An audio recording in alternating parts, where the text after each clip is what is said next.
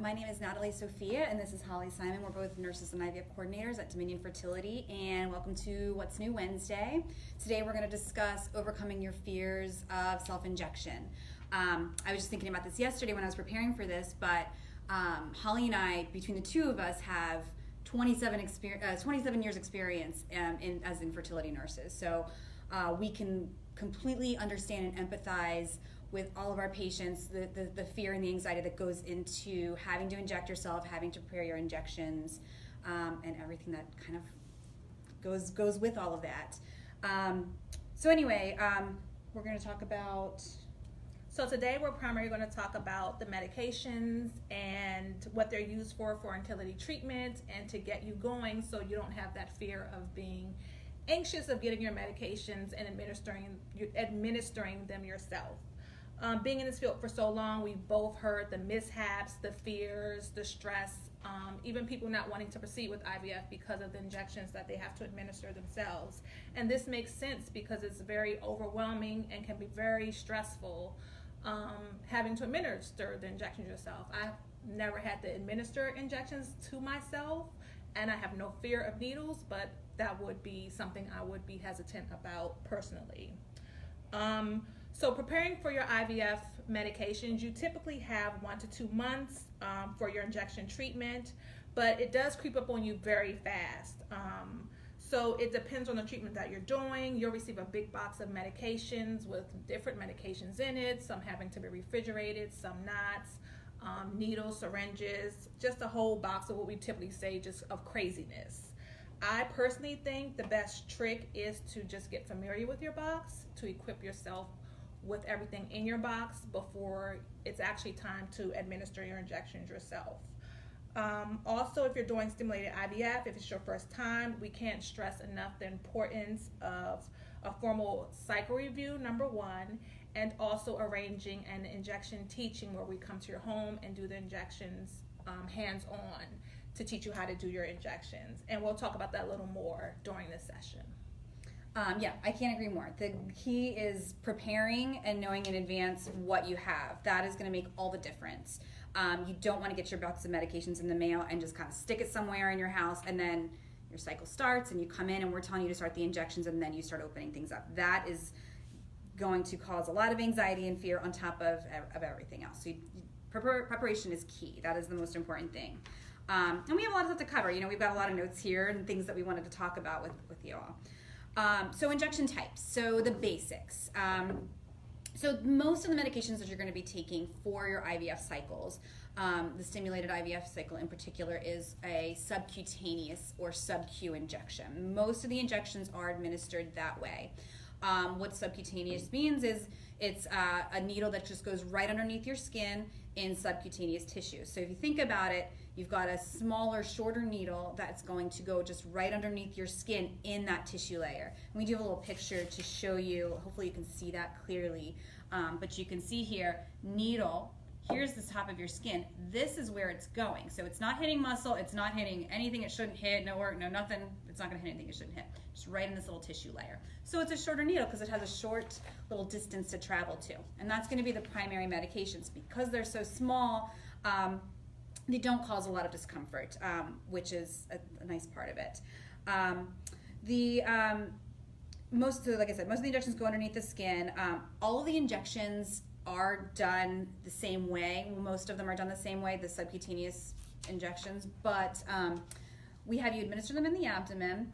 But all the medications look a little bit different. So not only do you have to be comfortable with how to give the injection, I personally think the harder part is which needle syringe, which medication is what, and when you take it when. As you can see here, we have a lot of samples of just kind of what things will look like when you receive them from the pharmacy.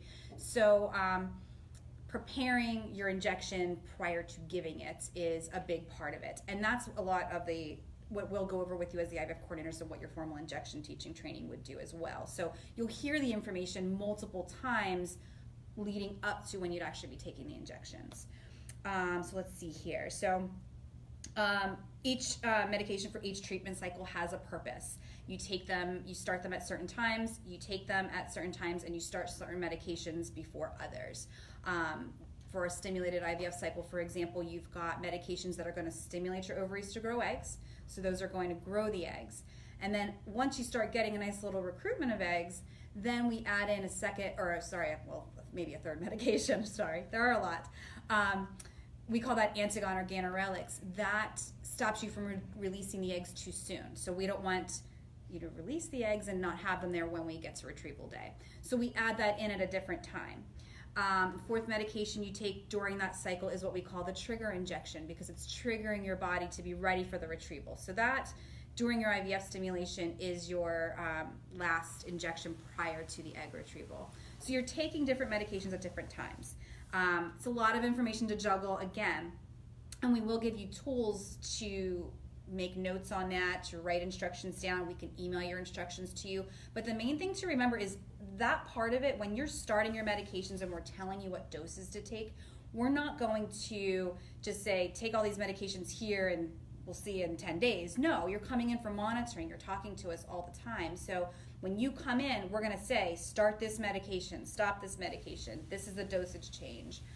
This is when you're going to come back into the office. And when you come back into the office for that next appointment, we're going to give you that medication. So we're basically feeding you the instructions each step of the way for the cycle, so that you don't have to look at it like that. You can look at a couple days. Okay, I got my Gonal-F, I got my Menopur, I got what I need. I'm going to take it for the next couple days, and then I'm going to come back in and I'm going to talk with one of the nurses, and we're going to get our next set of instructions. Because it's also based on how you're responding to the medications. Those instructions can change a little bit.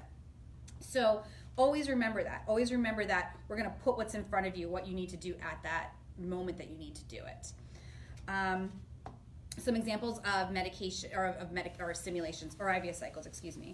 So you stimulated IVF, that probably has the most amount of injections. Natural cycle IVF, there's really only one injection that you need to take for that, and we'll get into that one in just a minute.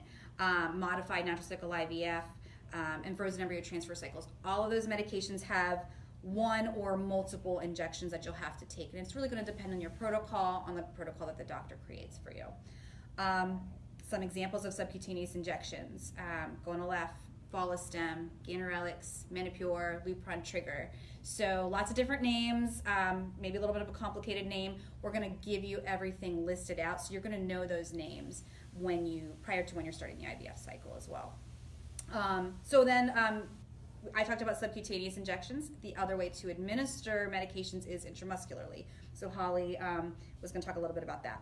So there are a few intramuscular injections that we do ask patients to use. The intramuscular injections usually come with certain stimulated IVF protocols, such as natural cycle IVF, and natural cycle frozen embryo transfer cycles, where you have the HCG trigger shot, which is right here. And the intramuscular injections, they're administered deep in the muscle, so it does require a much longer injection needle that will be administered in your upper outer hip area. And typically we can draw a target area because it's located kind of behind you, so it's hard for patients to, if they're going to administer it themselves, turn around, do the injection. So if they have a target area on them, that kind of helps, so they're going in the right place as far as trying to figure out, am I in the right location or not? So the target area helps if you don't have someone to administer the injection for you, but if you do, the target area tends to help as well. And if you think about it, the needle is much bigger because it has further to travel, as we showed you. I don't know, like I said, if you can see this, but with the sub-Q, you're going right below the skin, but with the intramuscular, you're going past the subcutaneous tissue and actually into the muscle. So it is a little further to go, and you will kind of feel that injection a little bit. Injections, examples of the intramuscular injections are, like I said, your HCG trigger shot, Novoril Pregnol. There's also EV, estradiol valerate, or delestrogen, and also progesterone and oil, or sesame oil or ethiolate oil. Just a little picture of what we give you for the HCG trigger injection. This is probably the most common one, and I feel like a lot of patients are already somewhat familiar with this or have heard people talking about it. But we give you, we're always going to give you mixing instructions. I don't know if you can see this picture here, but we've got a nice little picture of where those injections are given. So like I said, in the upper outer hip area. And like Holly was referencing, we can draw like a little target on you when you come into the office, and that helps if you have to give it to yourself, but also if you have your partner, family member, friend who's going to give it to you. I personally think having somebody to give it to you is a little bit easier. Because it is a bigger needle and that can be a little bit scary at first, but it can be done. If you need to do it on your own, it can be done that way as well. And we can talk with you more about that as well. If you have if you're nervous about it prior to, we're here for that. You're going to call us and talk to us, and we'll help you and walk you through it.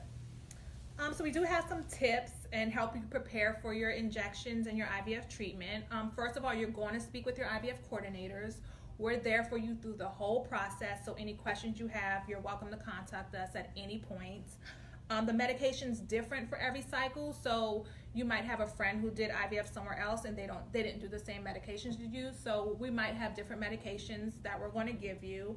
And we'll also, like Natalie had before, we'll give you an inventory sheet of all of your medications, so you're aware of what you need to take in advance also. The medication sheet, it has the actual medications that you're going to take, the dose, the quantity, and the pharmacy that we're going to order it from. So you have everything in front of you for your inventory for your IVF treatment. So when you get your box of medications from the pharmacy, we want you to reference this medication sheet and compare it to what you have in your box, so you don't have any panics at the last minute realizing you're missing some kind of medication.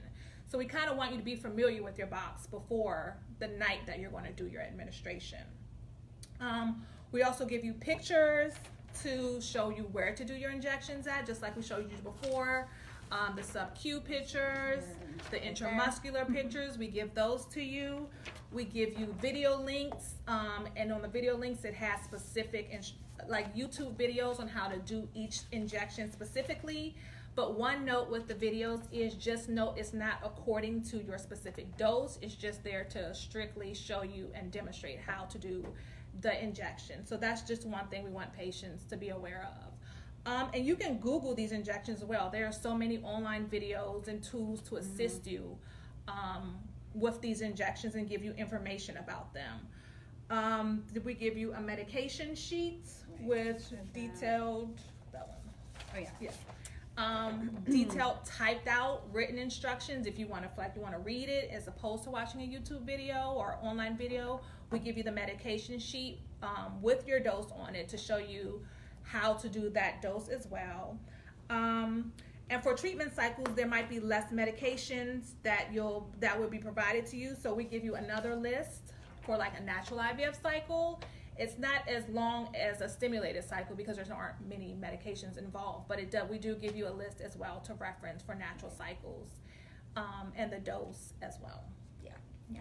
We like to give you lots of tools to look at. So we give you a lot of paperwork, but right. If some people look at it, some don't, whatever works for you. We'd rather give you more than not enough, so that'll help. Right. Yeah, absolutely.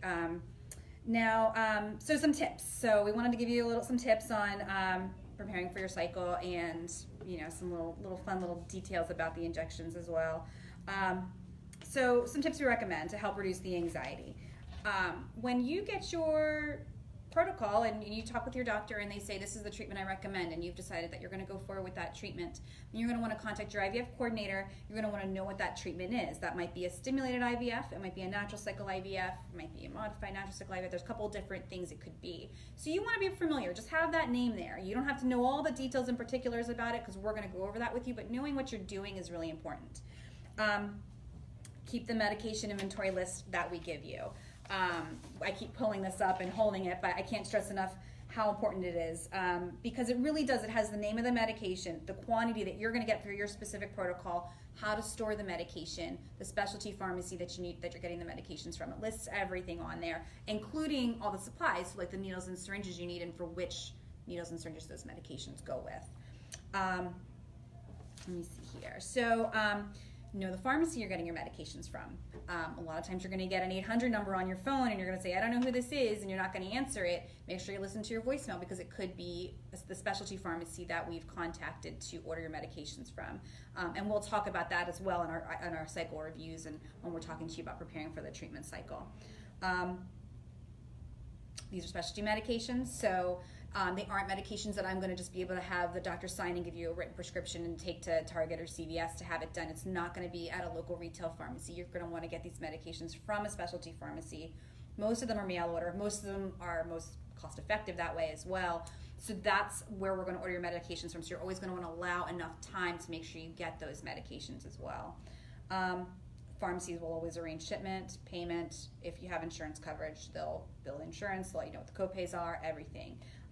They'll work on that, but you need ample time to get that prepared. I personally say be talking to the pharmacy at least a week and a half, if not 2 weeks, before you're starting your treatment cycle, so that you know. Especially for stimulated IVF, that's a big one. The natural cycle medications are not as many, so you can kind of get away with, getting them a little bit closer to starting the cycle. But the stimulated, you want to get definitely well in advance. That's going to give you enough time to get your teaching, and have everything all in place for you. You don't want to get the medications at the last minute. We talk about that a lot. Always being prepared. The basic stuff is what we want you to look out for.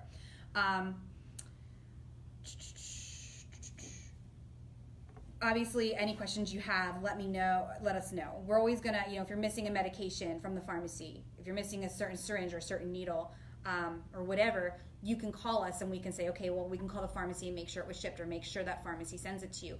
And in fact, we've even had patients sometimes bring in their box of medications, and we've said, yep, you got everything you need, and put it away too. So it takes 5 minutes to do that. Granted, it's an extra trip for you to come in here, but if we know in advance, we can even take a good 5 minutes to go over that with you too. So we do have some patients that take advantage of that. Formal injection teaching training. This is very big, especially if you are doing a stimulated IVF cycle, and especially if it's your first time doing a stimulated IVF cycle. What we do is, you're gonna be getting a lot of information leading up to the point of when you're starting your treatment cycle. So the formal injection teaching training is at your home. We use Pride and Joy injection services. We have a wonderful nurse who has a lot of experience there, who does a lot of our injection teaching. She basically goes to your home, you have your medications with you, and she's going to spend an hour to 2 hours going through everything with you: how to give the injections, how to prepare them, what all the papers that your IVF coordinator gave you. She's going to go over them again because she's familiar with them. It is an additional cost for that. You are paying her for her time, but I've never had a patient, and I think you would agree with me, regret doing it. Not at all. Ever. Because you're almost even actually getting a second cycle review. You're actually getting a second refresher on how IVF happens, how the stimulated IVF process works. So everything that, oh yeah, Natalie said that. Oh yeah, Holly said that in the cycle review. I remember she said that. Oh, right, now, and Keisha's saying it as well. So it just really makes a huge difference for you. And we usually recommend setting it up, like I said, a week and a half, 2 weeks out from when your estimated period will start, before you start that IVF cycle, because then it's all nice and fresh in your mind. And you have all the information, you have all the tools there. Definitely helps reduce the anxiety before starting anything. I just want to jump in. Yeah. One thing I think is very beneficial about the home injection teaching is you're hands-on with the medications before you have to do the initial injection. So I think a lot of patients, they are comfortable. They find it very beneficial that they were actually hands-on and able to mix the medications, not you wasting any medication, using the props that we have, and actually be able to get the feel of it. I think is very helpful, as opposed to waiting your first night to have to do that injection home alone by yourself, or you and your partner not really familiar with the products, the medicine. So being hands-on, I think, is very helpful and beneficial to most patients. That's what they tell me that helped the most. Yeah. And it's such a big, you're going through such a big process here to kind of make your dreams come true, Right. Don't skimp on those things. Do them, because it's going to make you feel so much better going through the process. It really, really does. And we find that, like I said, I've never had anybody say that it was a waste of time for them. No. I've never. In fact, it emphasizes it. Do you have any idea what the fee for that service is? Yeah, it's $150. Okay. Yeah. We'll also post that information in our comment Yeah. section for everyone, because it seems there's a lot of interest in that type of service. Absolutely, and you would just pay Nikisha directly, or whichever nurse is doing your injection training. Sometimes it depends on where you live. Sometimes you may have a nurse that lives closer to where you are, so that sometimes will depend on who you might see for it. But your IVF coordinator will be able to help you with all that. So the night of. So you got your cycle, you got your medications, you've got your instruction sheets, and a nurse is calling you that afternoon and saying, okay, tonight you're going to take this dose of medication, and you're moving forward full steam ahead.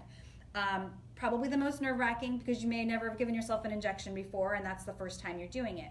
But because you have all the tools in advance and you have all the written instructions and you've done your formal teaching and you've talked to your IVF coordinator, it's going to make a world of difference before you're doing it. So that's what we recommend, to make the first night go smoothly. And to be honest with you, these are just our like little things that we've picked up along the way. I don't know if you'll find all this in a book somewhere. It's just what we think makes a difference.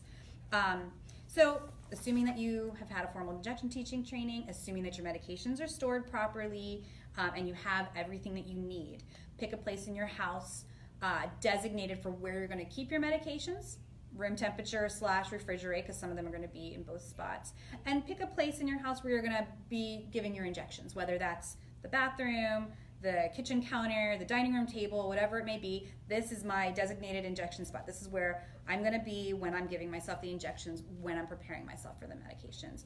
And then 30 minutes before you're going to give your injections, take out the supplies that you need.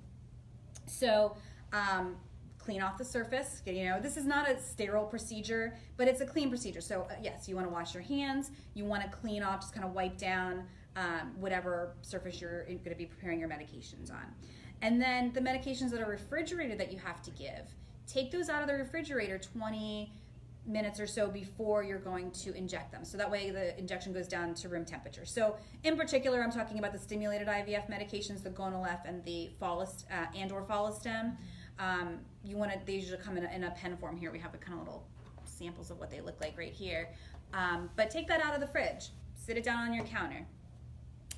Usually in conjunction with the Gonal-F and/or Follistim, you're going to be using Menopur. Menopur, I think, is the one medication that most people, I think, get a little nervous about because it does have little individual powders and vials, and you have to mix the medication in order to make it into a liquid so that you can inject it. So it does cause a little bit more anxiety, but we do give you the list and we give you step-by-step instructions on how to do it. But take out the supplies you need for your Menopur and have it all sat down. Take your sharps container, take your alcohol swabs and everything that you need. And then once you've taken your refrigerated medications out, go to your Menopur and mix that first, because that medication is going to take a little bit more time to prepare, because you're probably going to be mixing multiple vials into your syringe. A couple little tips, or a couple additional tips. With the Menopur, if you mix it first, kind of let it sit for 5 minutes, and then give yourself and inject the FSH, the either Gonal-F or Follistim. I personally think sometimes you get a lot of complaints about the Menopur sometimes stinging when you're giving the injection. And so if you feel that, if you've mixed it and let it sit for a couple minutes, given yourself your FSH, your Gonal-F or your Follistim, and then go to the Menopur, it's kind of like settled. And I do feel like that makes a difference. The other thing is, I mean, it's not a rule. Like I said, you're not going to find that in a book. We just found that those are little things that have helped over time. Icing the injection site as well, maybe 5 minutes or so before you're going to give yourself the injection, makes a big difference. But yeah, so... So the main thing we think is just taking your time when you're going to do the injections that evening. Take out all of your supplies that you need for that particular dose for that evening. And sometimes I just tell patients, just look at what you have in front of you and just take your time and prepare it. And then when you're ready to do your injections, do your injections. Maybe the first night you're going to do your injections, go online, just do a little review with the videos or look over all of your paperwork. Always double check your medications, your dosage, to make sure you're doing your correct dose. Especially with the Menopur, you're mixing different vials with sodium chloride, so just make sure you take out only the proper amount of Menopur that you need to mix. We don't want you mixing more than you need or less than you need, or wasting any medication that you don't need. Also is very important. With the Follistim and Gonal-F, when you do the injection, also you want to make sure after you turn your dial and administer it, that the vial goes back to 0, because if it didn't go back to 0, you didn't get your full dose. So if there's still a number left on your little window on your medication, just know you have to possibly give yourself another injection. So always make sure that that's back at 0 before you say you're done for the evening with your injections. Take a few breaths before administering your injections. Just take your time. and just go for it. I just tell patients, just go for it. And after you do it, I think the initial dose, you're just like, oh, that's it. So it's not really as scary as you may think. But we're there if you need us. You can call us. You can email us. We're always there for you if you need anything. And that's pretty much it. Yeah, to be honest with you, if I had a nickel for the amount of times I've had patients say, oh, that was it, after they've done their injection, it makes a world of difference. It's really everything leading up to it. So being prepared, taking deep breaths, having an organized little system. Maybe my system's not the right system for you, but having an organized system for it. Right. Don't make it a bigger thing than what it is. Don't overthink it. Yes. Don't overthink 100%. And always ask questions. Always. Ask questions. Even if you think you're getting on our nerves, ask questions. You're not. I can't emphasize that enough. You're not. We'd rather you ask than try to figure it out on your own. Yeah. So we really want the questions. Yes. Someone had a question. Do you know a ballpark figure how much these medications can cost for a stimulated cycle if someone does not have insurance? Yes, they're quite expensive. On average, I usually say around $6,000-$7,000 for one stimulated IVF cycle, depending on the amount of medications you're taking, what medications you're taking. We will always look for pharmacies that have, and we work with a lot of pharmacies most often that we find are more cost effective, so we'll be able to help you with that as well. And do you ever ice after the injection? Does that help, or is it just purely before the injection that you should ice? I don't think you have to, but you can. It doesn't hurt. You know, I think a little Typically pressure. it's before, just because you kind of numb the areas and you won't really feel it. Right. I tell some patients, like, I ice it before and then I put a heating pad on afterwards to kind of soothe it over, so that can help. And the subcutaneous injections, the ones that go in your belly, the smaller ones, I don't think you need to do any of that. You can ice it beforehand. It's not going to feel sore afterwards. You might not even notice where you've given yourself the injection, honestly, as I'm pointing to my stomach here. But you might not even notice that. The intramuscular injection, after the needle's taken out, and you might notice a little bleeding and bruising with that one because it's going into the muscle. So if you think it's a muscle, it's a little bit sore. A little pressure on there, kind of get like a gauze pad or get your alcohol swab and just kind of put a little pressure there. And then like a little Band-Aid on there, and that would be fine. And you can do like even warm soaks. You can do a warm compress on the intramuscular ones are the ones that you're usually sore afterwards. So for that, warm compress might help as well for that one. More questions? Yeah, well, and a little bleeding and a little bruising doesn't mean that it didn't work. That's just, it's a needle and it's going into your body, so you may notice those things that happen. Yeah. Well, thank you, Holly and Natalie. This was so helpful. I also think the start of your medications, while it sometimes can be nerve-wracking, is also very exciting because you can't start your IVF cycle without your medication. So it's the start of a real possibility of becoming a mother. Yeah, absolutely. It's making your dreams come true. So, as you know, I know that sounds a little, but it's true. So you want to be prepared for it, and you want to have everything you have in front of you because it is such a big process and an exciting process. So. All right. Well, thank you very much. Absolutely. Thank you.